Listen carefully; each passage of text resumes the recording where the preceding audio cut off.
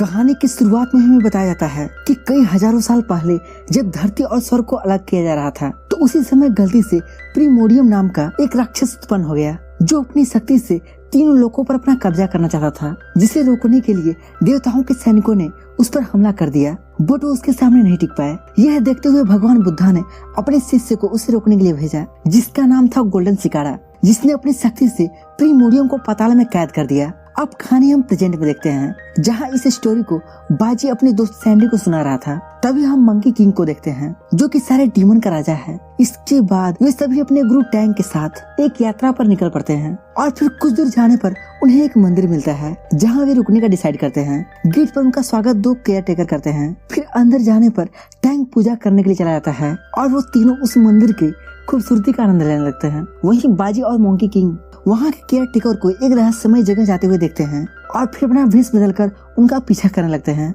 जहाँ वो care taker रहस्यमय पेड़ से कुछ फल को तोड़ते हैं। यह देख उन दोनों को भी उस फल को खाने की लालच आ जाती है और फिर दोनों केयर टेकर के वहाँ जाते ही मंकी किंग किसी तरह से एक फल को तोड़ देता है, लेकिन बाजी जैसे ही उस फल को लेने जाता है तभी वह फल अचानक से गायब हो जाता है। यह देख मंकी किंग को लगता है कि यहाँ कोई ना कोई जादुई शक्ति जरूर है और फिर वो अपने पावर से जमीन के अंदर से एक क्रीचर को बाहर निकालता है और फिर उससे अपना फल वापस मांगने लगता है। लेकिन जब वह क्रीचर उस फल की सच्चाई बताता है तो मंकी किंग की आंखें खुली खुली रह जाती हैं।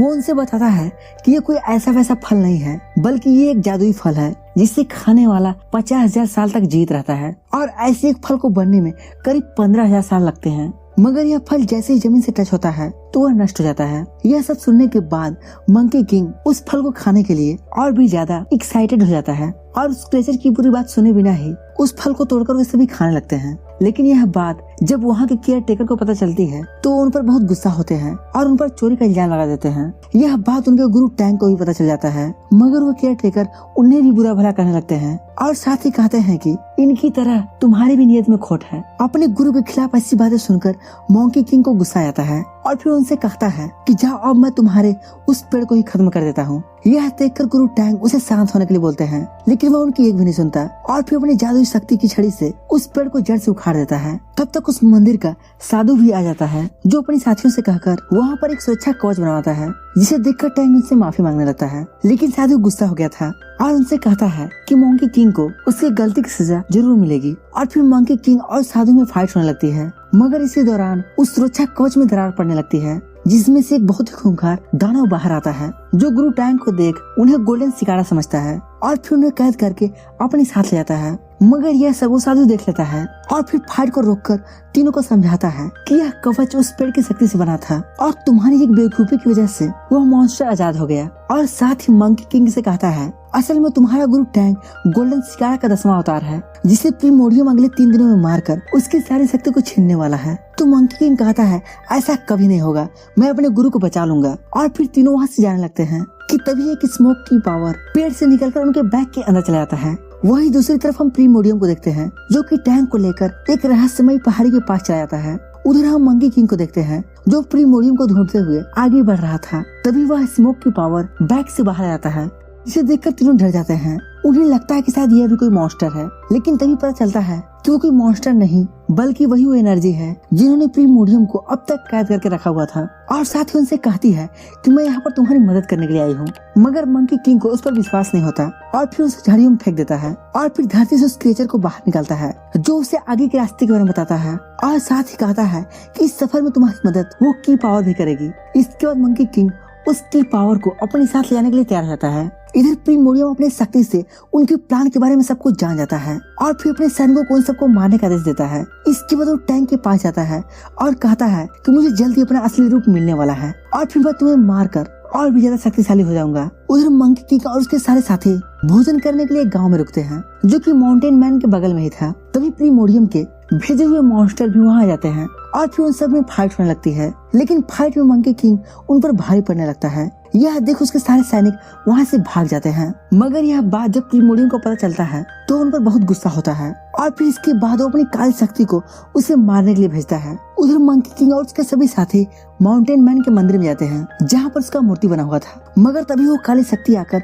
उस मूर्ति के अंदर जान डाल देती है और फिर माउंटेन मैन मंकी किंग पर अटैक कर देता है। लेकिन कुछ ही समय में वो जान जाता है कि मंकी किंग को हराना उसकी बस की बात नहीं है और फिर वो फौरन से अपने रकून दोस्त को बुलाता है जो कि हवा से भी तेज था। सैंडी देखता है कि यह तभी मर सकता है जब उसका मुंह बंद कर दिया जाए। यह देखकर मंकी किंग अपने कुछ बालों को तोड़कर रकून की तरफ फेंकता है जिससे उसका मुंह बंद हो जाता है और फिर वो मारा जाता है। उसके मरते ही माउंटेन मैन फिर से ठीक हो जाता है और उसके बाद मंकी किंग उसे प्रीमोडियम का रास्ता पूछता है। फिर माउंटेन मैन उन्हें जंगल की तरफ ले जाता है और उन्हें वह जगह दिखाता है जहाँ पर प्रीमोडियम छिपा हुआ था और साथ ही माउंटेन मैन उन्हें ये भी बताता है कि प्रीमोडियम अब काफी ज्यादा खतरनाक हो चुका है, इसलिए तुम सब अपना ख्याल रखना। उधर हम प्रीमोडियम को देखते हैं जो कि अपनी मॉन्स्टर सेना को और भी ज्यादा पावरफुल बनाने में लगा हुआ था। उधर मंकी किंग की पावर को सेफ रखना चाहता था, इसीलिए वह उसे वहीं छोड़ देता है और अपनी पावर से उसके आसपास एक इंडिविजुअल शील्ड बना देता है और फिर बाजी और सैंडी के साथ प्रीमोडियम के पास जाने लगता है। थोड़ी दूर जाने पर वे देखते हैं कि प्रीमोडियम के मॉन्स्टर तेजी से उनकी तरफ ही बढ़ रहे थे। यह देखकर तीनों भी काफी ज्यादा गुस्से में उन पर अटैक करने के लिए आगे बढ़ते हैं और उनमें काफी खतरनाक वाली फाइट शुरू हो जाती है। यहाँ तीनों थोड़े ही समय में सारे दुश्मनों को धूल चटा देते हैं। यह देखकर बाकी के मॉन्स्टर वहाँ से भागने लगते हैं, लेकिन कुछ बचे हुए मॉन्स्टर एक साथ मंकी किंग पर अटैक करने का प्लान बनाते हैं। इस पर मंकी किंग उनसे बचने के लिए अपनी नई शक्ति का इस्तेमाल करता है और अपने कुछ बालों को उनकी तरफ फेंकता है जिससे वह सारे बाल मंकी किंग ही बन जाते हैं और फिर वो मॉन्स्टर एक साथ इतने मंकी किंग का मुकाबला नहीं कर पाते। उधर प्रीमोडियम सब देख रहा था, इसलिए वह उनसे फाइट करने के लिए अब खुद ही आगे आ जाता है। इसके बाद तीनों मिलकर प्रीमोडियम से फाइट करने लगते हैं, मगर प्रीमोडियम काफी खतरनाक था। उससे फाइट करना कोई आसान काम नहीं था और उसे जैसे उन पर गुस्सा आता है वह थोड़े ही समय में उन तीनों को घायल कर देता है। उन्हें घायल होते ही की पावर जाग जाता है, लेकिन वो देखता है कि वह एक शील्ड में कैद है। वह उनकी मदद करना चाहता है मगर शील्ड की वजह से बाहर नहीं आ पाता। तभी की पावर के सामने ही प्रीमोडियम बाजी और सैंडी को जान से मार डालता है। यह देखकर की पावर को बहुत दुख होता है। इधर मंकी किंग भी घायल हो चुका था, इसलिए वह चाह कर भी उनकी मदद नहीं कर पाता। तभी प्रीमोडियम की पावर को देख लेता है और फिर अपनी जादुई शक्ति से उसके शील्ड को तोड़ने की कोशिश करने लगता है। यह देखकर मंकी किंग उसे बचाने आता है, लेकिन वो देखता है कि शील्ड टूट चुकी है जिससे वो और भी ज्यादा घायल जाता है और फिर वह की पावर को वहाँ से भागने ले जाता है और वहीं बेहोश हो जाता है। इसके बाद प्रीमोडियम मास्टर टैंक को भी वहाँ लाता है और उनकी शक्ति को अपने अंदर खींच लेता है। मास्टर टैंक की शक्ति निकलने से उनकी बॉडी हवा में उड़ जाती है। यह देखकर की पावर बहुत सैड हो जाता है और वहीं पर रोने लगता है और वो समझ जाता है कि प्रीमोडियम को हराना है तो मुझे अपनी सारी शक्ति को मंकी किंग को देनी होगी।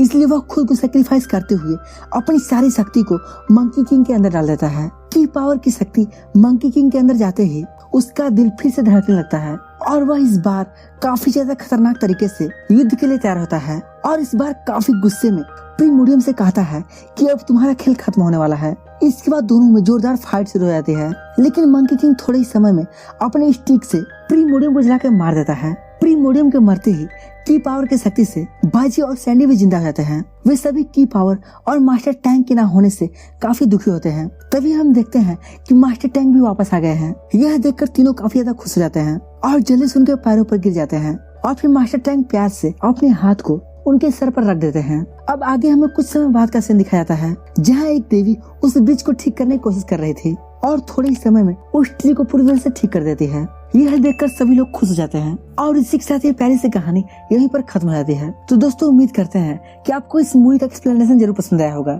अगर पसंद आया है तो इस वीडियो को लाइक और चैनल को सब्सक्राइब जरूर करें। बाकी हम मिलते हैं अगले दिन एक ऐसी धमाकेदार वीडियो के साथ। तब तक के लिए बाय बाय।